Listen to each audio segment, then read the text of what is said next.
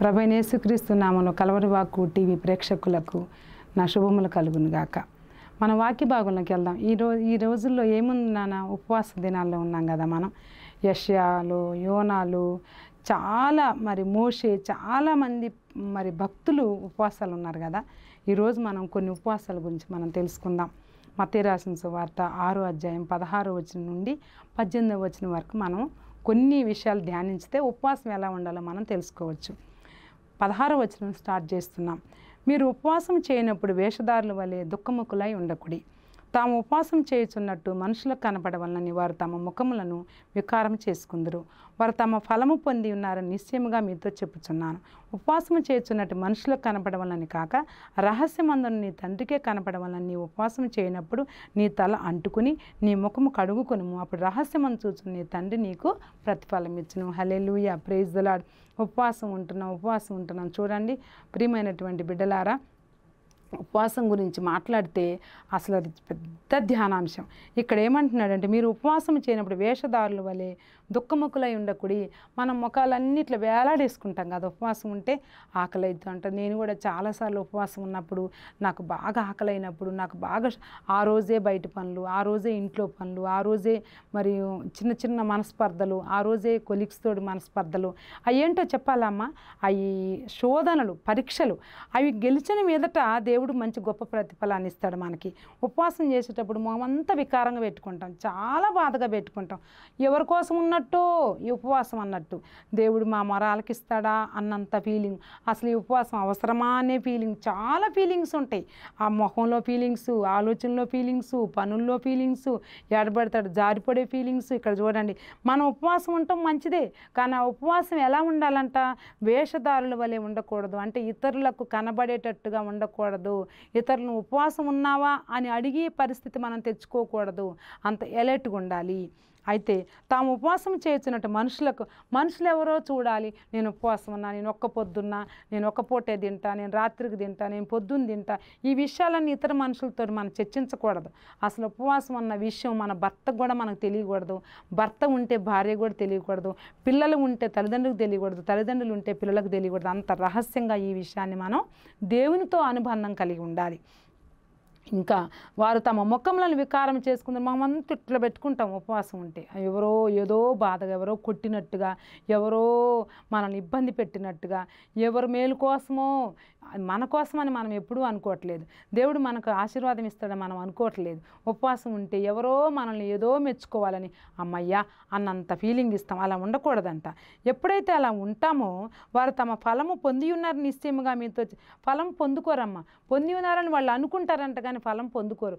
ఉపవాసం ఉండేటప్పుడు ఎలా ఉండాలి అంటే, వేషధారులుగా ఉండకూడదు, దుఃఖముఖంగా ఉండకూడదు, తర్వాత ఇతరులకు కనపడకూడదు, ముఖం వికారం చేసుకోకూడదు.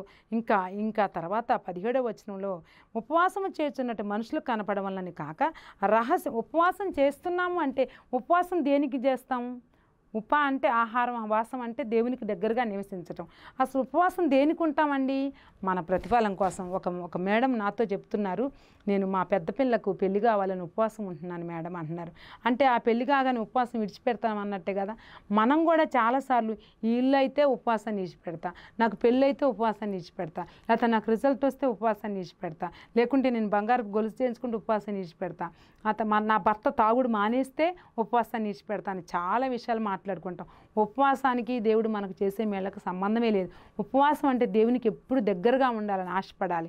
అది ఇంకా ఏమంటున్నాడంటే, నువ్వు ఉపవాసం ఉంటే, నేను ఉపవాసం ఉన్నా, ఇంకెవరు ఉపవాసం ఉన్నా, రహస్యం ముందున్నా అమ్మ, మనం చేసే ప్రతి పని దేవునికి మాత్రమే తెలియాలి.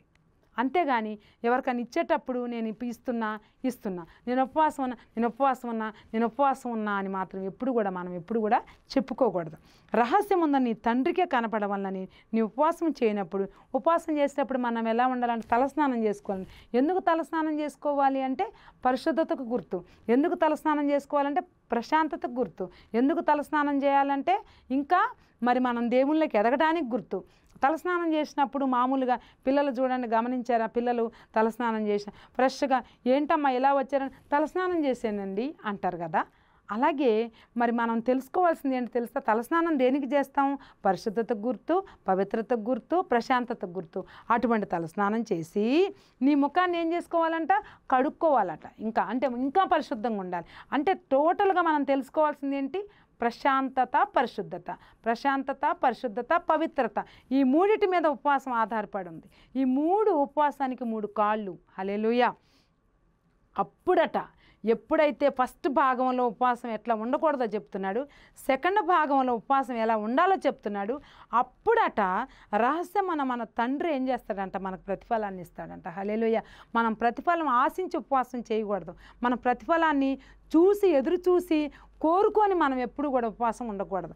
దేవునికి విడిచిపెట్టాలి. నీ పనుభారం యెహోవా మీద పెట్టేసేయాలి. దేవుడే అప్పుడు మనకి మంచి ప్రతిఫలాన్ని ఇస్తాడు. ఉపవాస దినాల్లో మనం ఉన్నాం కనుక ఉపవాస వాక్యం ఇంకా చాలా వాక్యాలు ఉన్నాయి.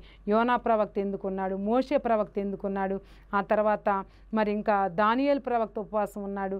ఉపవాసాలంటే మరి ఆ తర్వాత ఎస్తేరు ఉపవాసం ఉంది. చాలా ఉపవాసాలు, యెషయా ఉపవాసం ఉంది. చాలా ఉపవాస వాక్యాలు చాలా ఉన్నాయండి. దేవుని కృప ఉంటే, దేవుని చిత్తం అయితే మనం అప్పుడప్పుడు ఉపవాస విషయాలు మనం మాట్లాడుకుందాం.